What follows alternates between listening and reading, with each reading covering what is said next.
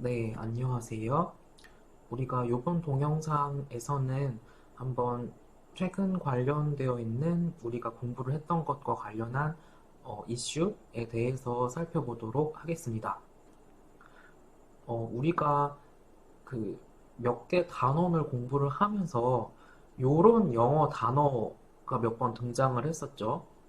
underwrite라는 영어 단어가 몇 번 등장을 했었습니다.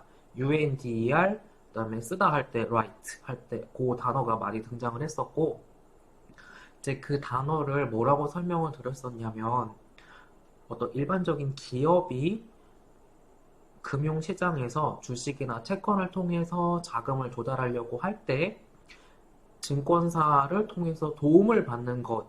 그래서 그 증권사가 그 어떤 일반 기업이 주식이나 채권을 발행할 수 있도록 해주는 것. 그래서 그거를 영어 단어로 underwrite라고 이야기를 했습니다.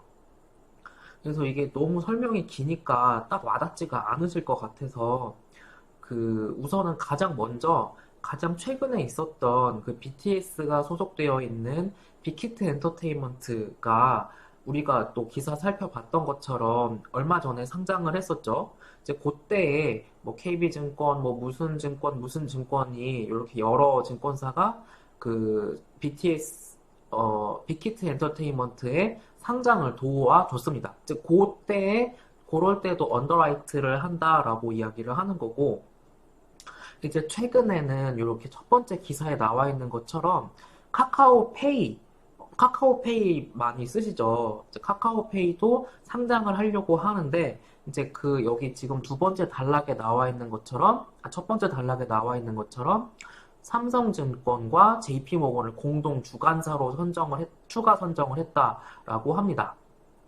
그래서 여기 KB증권, 골드만삭스와 더불어서 삼성증권과 JP모건까지 총 4개의 증권사를 언더라이팅 해주는 증권사로 선정을 한 것이 되겠습니다.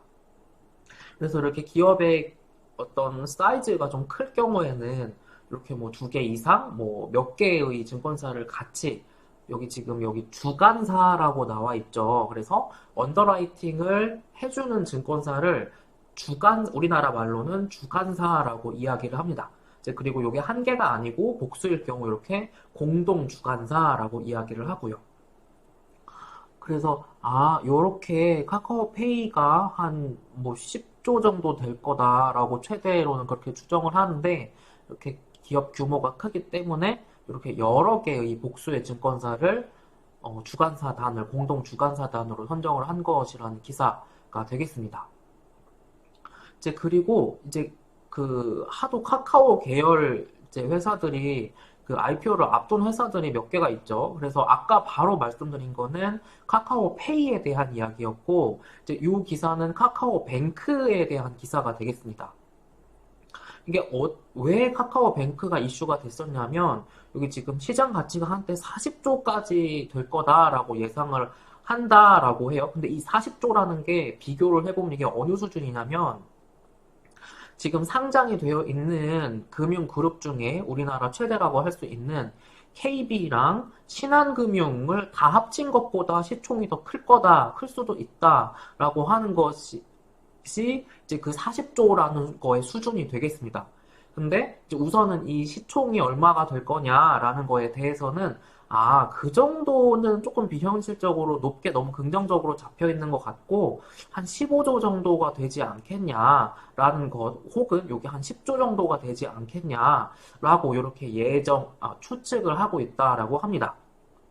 이제 그런데 여기 지금 카카오뱅크의 경우에도 이제 뭐 언제가 될지는 모르겠지만 곧 이제 상장 IPO를 하기 위해서 여기 지금 미래에셋, 대우, 삼성증권, KB증권, NH투자증권 뭐 이런 증권사들을 한테 이제 입찰 제안 요청서를 보내서 한번 니네가 우리 언더라이팅 업무 해주지 않겠냐라는 이런 제안서를 보냈다라는 기사가 되겠습니다.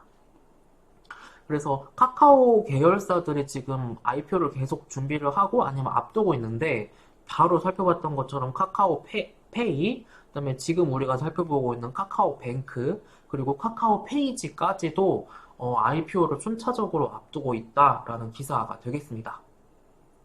이제 그리고 카카오뱅크, 이제 추가적으로 카카오뱅크의 주주 구성을, 최대 주주 구성을 주로 보면, 이제 당연히 그 모그룹이라고 할 수 있는 카카오가 제1대 주주인데, 여기 지금 한국금융지주라고 해서, 이게 한국금융지주가 뭐냐면, 한국투자증권 들어보셨죠? 그래서 한국투자증권이 속해 있는 지주가, 금융지주가 한국금융지주가 되겠습니다. 그래서 이게 어떤 interest of conflict, 그러니까 이해 충돌 뭐 그런 거가 있을 수 있기 때문에, 한투증권은 여기 지금, 인수단으로서만, 그러니까 그거를 리드를 하는 주관사로서는 참여를 하지 않고, 그냥 그 어떤 언더라이팅과 관련한 다른 일을 도와주는 인수단으로만 참여를 할 걸로 전망이 되고 있다라는 기사 내용이 되겠습니다. 그래서 요렇게 우리가 교과서에서 이렇게 몇 번 만났던 언더라이팅이라는 단어가 이렇게 주식 혹은 채권을 일반 기업이 그거를 직접 가가지고 한국거래소에 상장을 할 수가 없기 때문에, 물론 할 수도 있지만 이제 그 카카오 직원들이 이제 그 상장하는 업무를 담당하는 직원들은 아니잖아요. 그러니까 이렇게 보통은 증권사, 뭐 로펌, 뭐 그다음에 회계법인, 뭐 세무법인 이렇게 껴가지고 수수료를 주면서, 일반 기업들은 이제 그런 분들한테 수수료 주면서 이렇게 언더라이팅 업무를 대행, 위탁을 맡기는 것이 되겠습니다. 이제 그리고 세 번째 기사는 우리가 앞에서 살펴봤던 두 개랑은 약간 차이가 있는데, 뭐랑 관련이 있는 거라고 생각을 했냐면, 저는 우리가 학기 초반에 Financial Innovation이라는 단어를 봤습니다. 그리고 그 중간고사 직전쯤인지 직후쯤인지 Securitization이 어, 어떤 Financial Innovation의 어떤 나타났던 모양 중에 하나다, 모습 중에 하나가 Securitization이다라고 그렇게 한번 또 언급이 되었었습니다.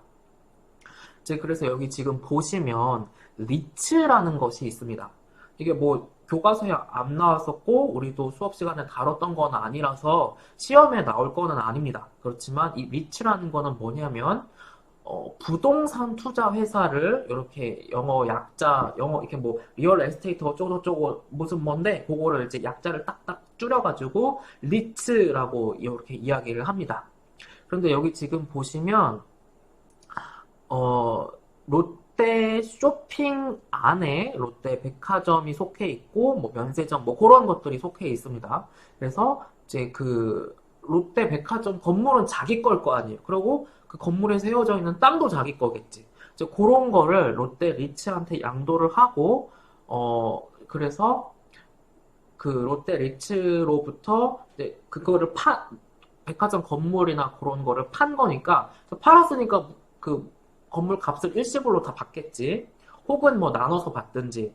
그래서 유동성을 확보를 한 다음에 이제 그렇게 확보한 유동성을 가지고 지금 어떤 코로나19로 불안한 상황이기 때문에 뭐 안정적인 경영을 뭐 현금성을 확보를 한다던가 아니면 미래의 투자를 위해서 사용을 한다던가 하는 방식으로 사용을 하기로 했다라는 기사입니다. 그래서 롯데 백화점은 롯데 리츠한테 어쨌든 이 건물주는 이제 롯데 리츠가 된 거기 때문에 매년 그 해당하는 임대료를 납부를 하는 것이 되겠습니다. 근데 요런 게 여기 지금 요 마지막 부분을 보면 이게 롯데 계열사뿐만 아니라 뭐 쿠팡이라든지 GS 리테일, CJ 대한통운 같은 지금 어떤 택배, 물류를 하는 회사들 있죠. 그래서 수도권에 물류센터가 위치를 했는데 이제 그거를 그 엄청난 규모의 수도권에 그 땅이 얼마나 비싸.